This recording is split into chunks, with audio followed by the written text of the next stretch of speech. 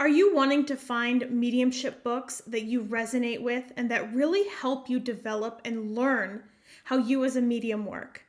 I'm going to start doing a series of videos where I review books on mediumship to let you know my thoughts. And today we're reviewing this book right here by Gordon Smith, Mediumship Made Easy. There is so much information in this book and there's so much to break down. But what I want to do in this video is give you the top 5 things in the book that I absolutely love and the top 5 topics that he covers that I believe are really important in mediumship development. Now, this is a great book. I highly recommend that you purchase this book. But without further ado, let's dive into the concepts that he introduces in this book. The first concept that he talks about that I really enjoy and really resonate with a lot is he says spiritual development is nothing more than making yourself a good, reliable fit for the person in spirit. What does this mean? To me, I believe that means working on ourselves, healing ourselves, opening ourselves up, experiencing life. Spirit uses what we have gone through in our life in order to communicate with us. And it's also really important to be healed because when you think about energy, even emotions, those are energy, trauma, that's energy, thoughts, expressions, those are energy within our body. And if there's stuck energy, stagnant energy, things we haven't healed, those pockets are in our body and it's not really giving that flow of energy that spirit can use to really connect with us. So I really resonated very deeply with this concept of his saying that the best way to develop spiritually is to become a good conduit basically for spirit to work through. Really diving in that healing journey, inner child healing work, shadow work, opening yourself up to possibilities. Working on getting rid of that fear and those blockages of fear that are stuck in your auric field, in your body, in your mind. Really becoming a strong and reliable conduit that spirit can use to communicate with you through. Having that energy being open and vibrant for spirit to work with and work through. I really love that he says that in this book because it's something that I have been teaching my students as well in my mediumship development courses, is that you are the conduit for spirit. You are there for spirit. And the better that you can understand yourself, the more that you can heal yourself, the more that you can heal those energy aspects, the more that you experience life and have things and experiences that you can relate to, the better you're going to be able to communicate with spirit. This is a great topic that he brings up in this book, and he goes into a lot more detail on what he means for himself personally by this. In this book, Gordon Smith talks about how in the beginning, he would self-deprecate, meaning he would be okay applauding somebody else, and he was okay pushing and boosting up somebody else, but not himself. He didn't feel that within himself. He felt fear sometimes. He felt doubt sometimes.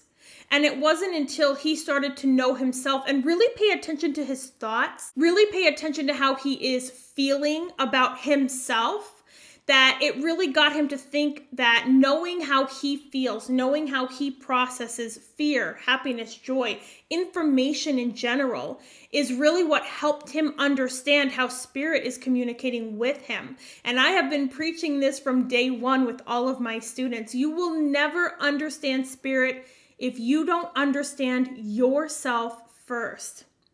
Taking the time to meditate with yourself, to learn about yourself. Taking the time to know how you process information, how you think about things. You might see an apple and spirit might see an apple. Do you see this apple and think teacher? Do you see this apple and think orchard? Okay, you're going to think and feel about different information. The apple is just an example. How you think and feel about it, but spirit may feel differently. You want to start learning how you process information, how you see information, how you feel about it. So when spirit comes in, you will know, okay, this isn't how I feel about this. This isn't what this makes me think of. You will know that you're connected to spirit because you know how you connect to yourself. I absolutely loved this concept in this book. It's something that resonates very deeply with me, and it's something that I feel took my mediumship to another level when I started learning about myself. When I started understanding how I worked and how I felt, I really feel like that took my mediumship to the next level because I was able to understand, okay, that's not how I feel about that. So I know that's coming from spirit. That's not how that experience happened for me, so I know that's coming from spirit. Getting to know yourself is going to be one of the greatest ways you can develop your mediumship. The next concept I want to talk about is the light body. I absolutely love that he brings up the light body in this book. I have read a lot of books on mediumship, and we're going to be covering all of those, so make sure that you are subscribed to the channel, liking all the videos, leaving a comment, even if it's a cute little emoji, as every piece of engagement you give helps, and you will stay informed when I post new videos about mediumship books. But I've read so many, and hardly any of them have ever talked about the light body or the auric field. Okay, our body extends out. There is an aura around us about 6 feet out, just about as far as you could reach, maybe a little bit further, that is obviously invisible to you, but it is there. And this field is constantly picking up information all the time.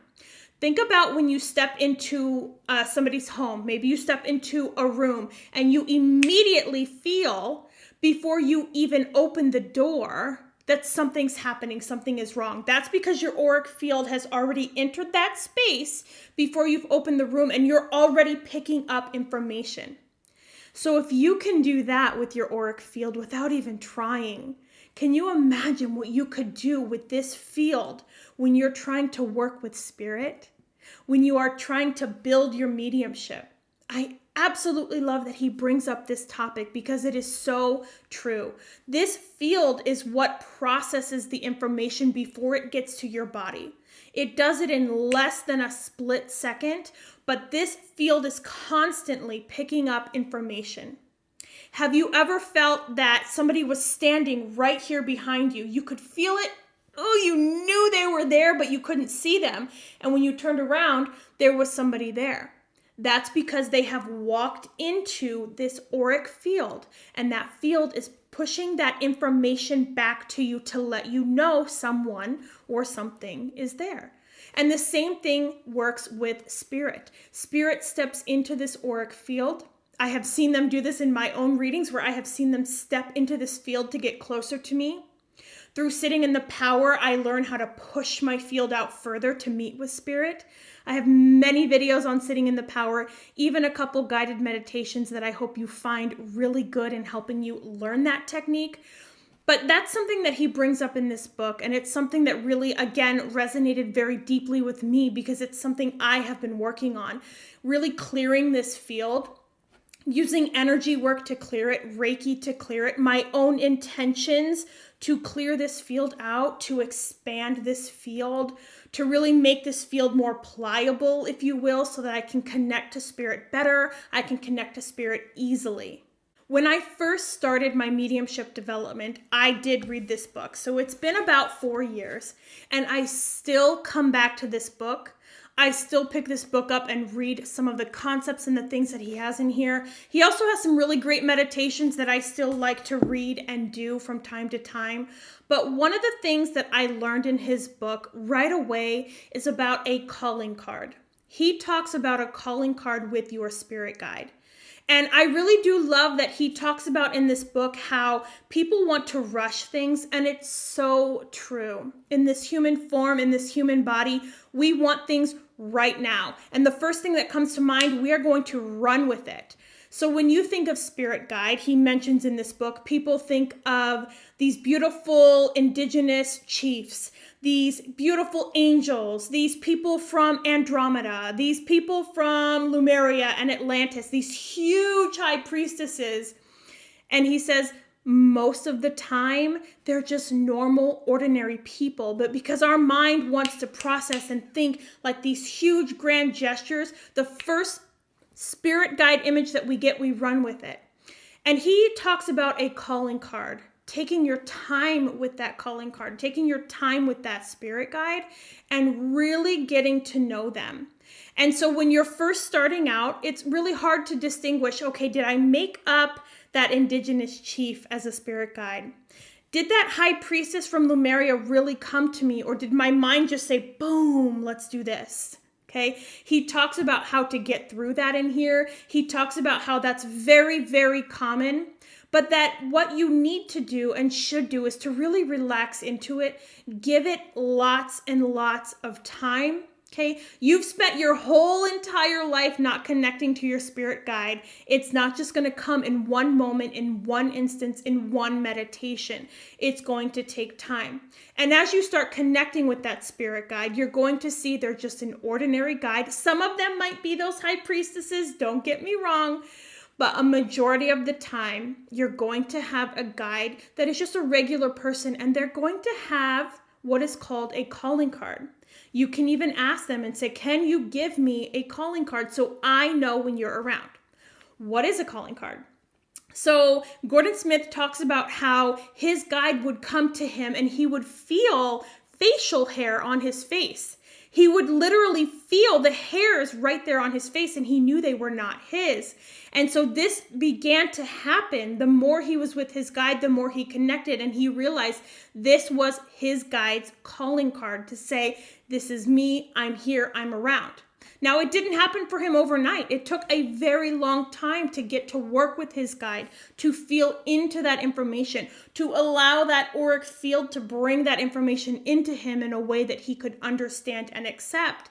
And that's something that I wanted to really talk about in this video about the book, is that it does take time. I have so many students that say to me, I can't, my guide's never there, they're not around, I cannot connect. And that's because we as humans, we want things right now. When we think about something, we want to go to the store and get it right now. We don't want to wait 2 days for Amazon. When we want something, we want it now. And so one of the things he talks about in the book, and one of the things I preach to my students, is taking your time, slowing down, making that connection gently. Making that connection over time, really allowing that auric field and your brain to process what it feels like to connect to them, what their energy feels like. And then you're going to begin to start sensing a calling card. I had another mentor who would feel a fingerprint in her back when her spirit guide started connecting to her. So your calling card could be anything at all, a sensation, an image, a thought, a feeling in your body. Really letting that calling card be something that your spirit guide wants to give you and not forcing it. But that chapter in here is amazing, and I highly recommend you check that out. The last topic that I want to talk about in this amazing book, he puts it as making notes. Now, this section of his book is after my heart. I absolutely agree with this 100%. I take it a few steps further than he does, but he talks about taking notes on your meditations and when you connect to your guide. I like to tell my students to take notes on everything. When you are doing a mediumship reading, write down everything that happens, what you felt, what you saw, if it was correct, if it was wrong, because you're going to be able to go back to those notes and reference different information. You're going to be able to reference your wins, your losses, and it's going to help you piece together your mediumship. Making notes, writing in your journal, is going to help you learn how you as a medium work. It's going to help you understand how you're making those connections to spirit. And it's going to help you in those moments where you want to give up. And there will be many of those. You're going to feel like you can't do it. You're going to feel like it doesn't work for you. You might even feel like your mediumship completely turned off. That has happened to me so many times. I have come to find that these moments are when you're going to need your journal the most. These moments are when you're going to bust out those notes that he's talking about in his book and look at all of your wins and say, you know what? When I first saw this apple, I had no idea what it meant. And now I know every time I see that apple, Spirit is saying to me, this person was a teacher in life. Every time I see this hourglass, and this is one for me personally, I know that means this person has passed away from a disease or a condition they knew they were going to pass away from. When I first started developing, I would constantly see this hourglass. And I would tell my client, okay, time, that didn't mean anything. Maybe they collected hourglasses. I don't know. I was trying. Didn't mean anything. I thought about the sand running out. That didn't mean anything. And then one day I saw this hourglass and I felt this sensation of, I know I'm going to pass away. And that's exactly what it was for my client. So I wrote that down in my journal and I would reference back to it. And when I saw it again, I would say to that new client, okay, this person knew they were going to pass away from a disease or a condition. And they said yes. And I would write that down in my journal and I would keep referencing it until it kept being true for all of the readings. And I knew then this is my symbol. According to Gordon Smith, making notes, or me writing it in your journal, if I had not have done that, I never would have discovered that symbol that was coming through. So I highly encourage you to take notes on everything that you're doing in your mediumship journey, every connection you make, whenever you're connecting to your spirit guide. Put it in one journal, put it in separate journals, whatever works for you, but making notes, writing in your journal is going to be one of the keys to learning mediumship. And finally, the last thing I want to share is a quote that I have found in the book that I absolutely love. Gordon Smith says in this book, when you get to the point where you don't care, you just know, that is when you are connecting to the power of spirit. I love this quote so much because it really stands true. When we're learning mediumship, we're so afraid. We want to connect. Did I get this right? Is that information correct? Is this client going to think I'm dumb? What happened? What? To a point where you just sit down and you say, you know what? Spirit's got this. I got this. I can do it. That's when you are truly and deeply connected to spirit. So really finding a way to get yourself to that point where you know, I got this. Spirit's got this. We're going to make a connection and we're going to give a beautiful reading to our client. Thank you so much for tuning into this video. I will be posting more reviews on mediumship books as well as other topics on this channel very, very soon. Make sure you're subscribed. You know where that like button is, and I'll see you in the next video. Bye.